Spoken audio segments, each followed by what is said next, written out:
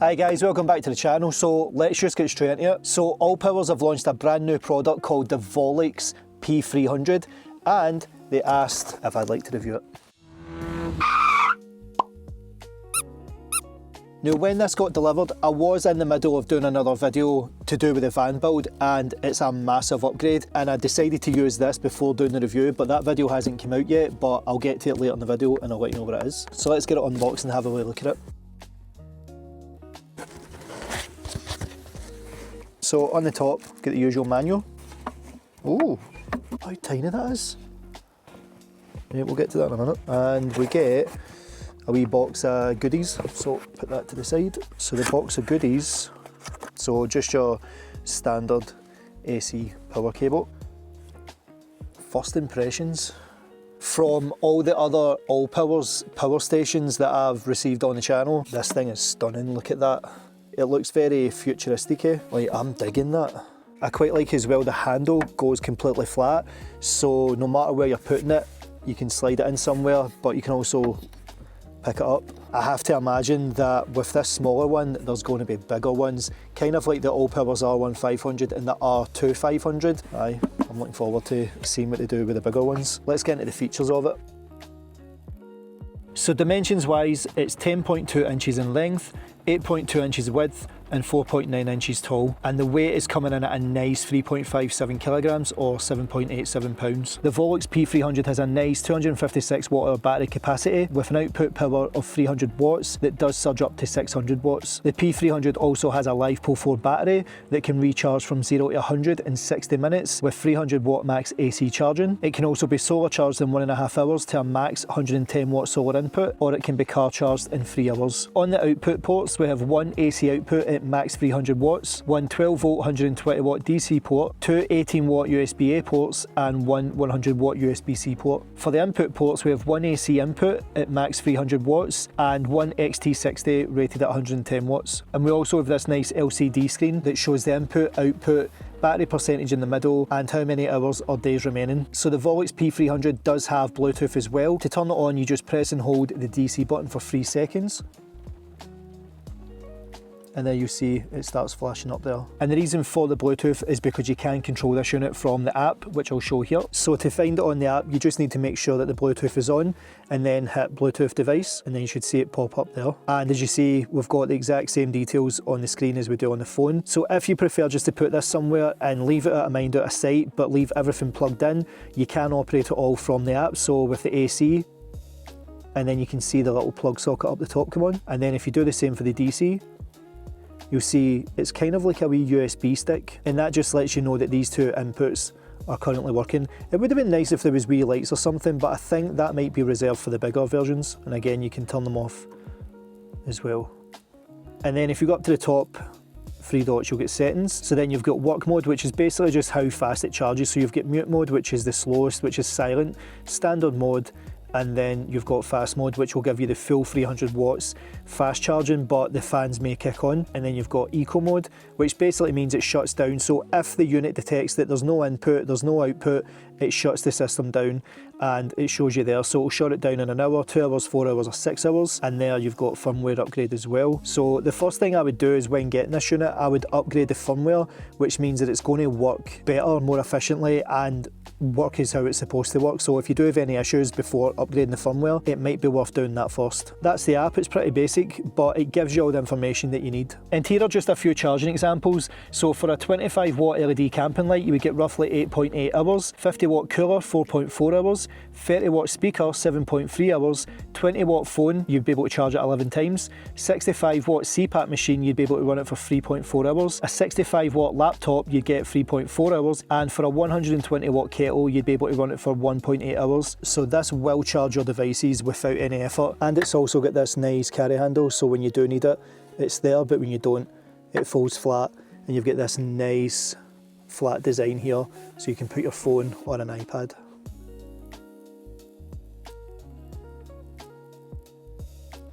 What about the big one? Will it run my diesel heater? So when I normally do the diesel heater test, I go in through the 12 volt connection. When I try and run the diesel heater from any Allpowers that I've reviewed on the channel, they all can run the diesel heater, but they can't cool it down. However, this time I'm going to try and give this one a wee bit of a leg up by not using the DC, but using the AC. So I did say that I used this in another video to do an upgrade for Dobby 2.0. So the new upgrade that I got to the van is this 12 volt to 240 volt converter. And let me just say, this thing is a game changer for anybody with a diesel heater in their van or are looking to get a diesel heater in their van and only runs power stations. Then this wee converter is going to be your golden ticket, because it allows any power station to run the diesel heater through the AC. And there it's there, that's the 12 volt converter. So it is a bit hefty, but it gets the job done. The more popular these get, the smaller they'll get. But I'm not going to cover too much about it because I have done a complete separate video. But the purpose of this is just to see if the Volix P300 can run my diesel heater and cool it down with this. So this is a positive and the negative to the diesel heater. Just one power cable going into the AC for the Allpowers. Power it on. So we're at 52%. Right, let's get it on. So in through the AC from the 12 volt converter. Give it some juice. We have power. I don't have the remote, so I'm going to do it manually, and we are away. Let's get straight onto the Allpowers and see how many watts we're pulling. So remember, these would cut out at about 120 watts from the DC. We're way up at 150. And you can see the fan working on the diesel heater. But when this is operating, it should be roughly about 10-15 watts. I don't know if you can hear that rain, but it is blowing a hoolie out there. So I need this diesel heater to come on quickly because it is freezing. That's the ticking started. And we're up at 190 watts. You can see on the left hand side, the glow plugs warming up. But we are staying good at 190 watts. So in the video where I show you me installing this and stuff, I didn't have the ducting coming out there, so this part's new on the new van build. Be sure to jump over to down the road if you want to see it. So as it stands just now, on the power station it's saying 50%, which is 5.1 hours. So if this was 100%, you'd be getting close to 10 hours of just running the diesel heater on this low setting. So one thing you need to consider as well, the AC obviously has an inverter in there, so when you turn this on, the inverter kicks on, so that starts drawing power. Automatically the power station's already taking power just to run the inverter, but just because we're running the inverter, it is going to take just a small amount of juice more. If my memory serves me correct though, that converter does take about 10 watts just sitting on standby. So I would say this is probably 18-17 watts just to run the diesel heater, but the extra 10 is coming from that. So if you were going somewhere for the weekend or just overnight and it's going to be a winter camp, this would see you through the night. And if you were going to be leaving in the morning and going to another park up, then all you need to do is just stick this on charge when you're driving and you'll get a nice wee bit of juice back. That is a nice heat we're getting now. So we're now at 10 minutes running the diesel heater, and I would safely say that's going to be the wattage that it's going to be drawing along with the wee converter. So let's do the important one, cool it down. I always get nervous at this point. We are off and straight away on the Volix P300. So at max we saw 190 watts, so let's see how many it pulls on the cooldown. And remember, this is rated for output of 300 watts with a surge of 600 watts, so it should be fine. So look at that, we're way up at 210. So it's roughly about 215 on the cooldown and 190 on the warm-up. And there you go, it's just dropped straight away. So I would say it's roughly about 30 seconds to 45 seconds of that initial surge power, and then it drops down to this 58.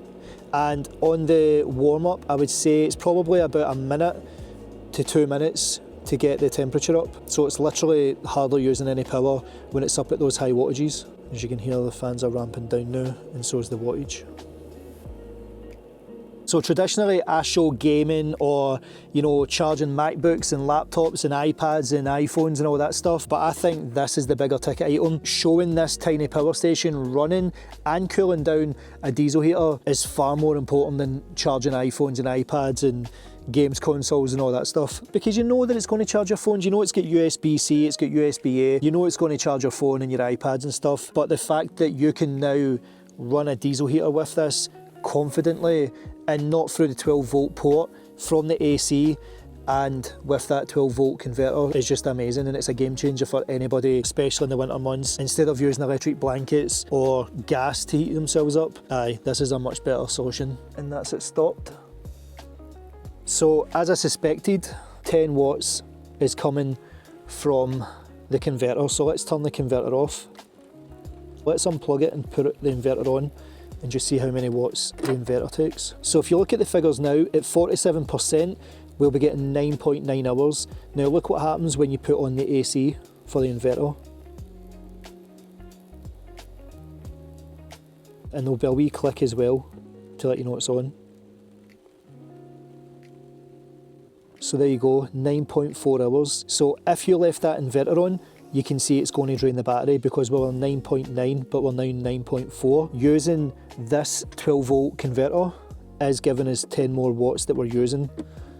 If you can see here. So it's a flat 10 watt standby just to use that. But again, that's nothing if it's help keeping you warm to use that diesel heater. So because the base power on this Allpowers Volix P300 is 300 watts, it's going to more than cover you for that 5 kilowatt hour diesel heater. So the first Allpowers to run a diesel heater in Dobby. So what's the pros and cons? It is very portable and light, which then leads me on to the form factor. As of 2025, power stations are getting so much smaller and more compact. Look at the size of that. You could fit that in a drawer almost. Probably could actually. And if you saw in this video here, the Volix P300, that's an Allpowers power station, but in a very miniature form factor. So it's amazing how the companies are getting these power stations a lot smaller, which is beneficial for us in micro campers. Another massive win is you can fast charge it in 60 minutes. Another pro, this foldable handle. Look how flush it gets.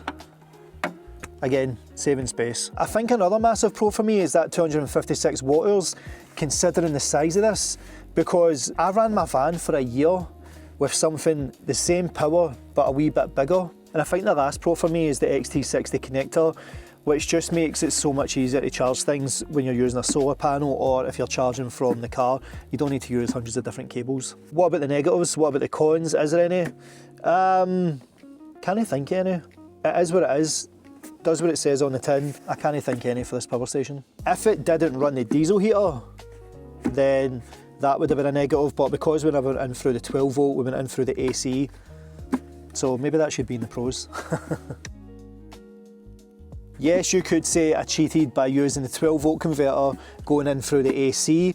Is it really cheating, or is it finding a solution? Every Allpowers power station I've reviewed on this channel, from the R series, especially the R600, all the way up to the R2 500, none of them could run my 5 kilowatt hour diesel heater. Therefore, using that 12 volt converter, every single Allpowers power station I've reviewed on the channel is now able to run my diesel heater, at least through the AC. So pairing this with a 12 volt converter will power your diesel heater as a plug and play system. So it doesn't matter if you've got a small rig, a big rig, you could use this just to power your diesel heater alone, just by going in through the AC. But let's come away from the 12 volt converter and diesel heaters and that stuff. Remember the first year of van life with Dobby, all I had was 256 watt hours. So it was basically this, and I ran that for a full year, powering my lights, my iPad, my MacBook, my phone. And when I was on the move between park ups, I would stick this on charging the car. When I got to the park up, I would stick it on solar. So this thing is more than capable of running your micro camper or even a mid-size camper. So guys, if you want to go and pick this up, I'll leave a link to it in the description. And if you use this promo code here, RobnDob, you'll get a nice wee 10% off your order. So guys, that's going to cover it for the Volix P300. Let me know what you thought of it. Let me know if you're going to go and pick one up. Let me know your thoughts on it, the fact that this Allpowers ran a diesel heater. So if you did go and enjoy the video guys, why not drop it a wee like? It does help the video massive. There is also this button as well that you can only click on your phone, called the hype button, and it's down next to the comments, and you can do it up to 3 times. It helps the video, but it does help the channel more, and I'd really appreciate it. And just as a reminder guys, my other channel, Down the Road, is now live, and the first video up there is a complete van tour of Dobby before I ripped him apart. So if you want to see how he looked and all the wee nooks and crannies, head on over and have a wee look at it. And get subscribed, because I'm going to be dropping the new van build over there as well. I've got maybe 5 or 6 episodes that I'm editing, so all that content will be getting dropped on Down the Road. And get subscribed to this one as well if you've not. So until the next one guys, peace.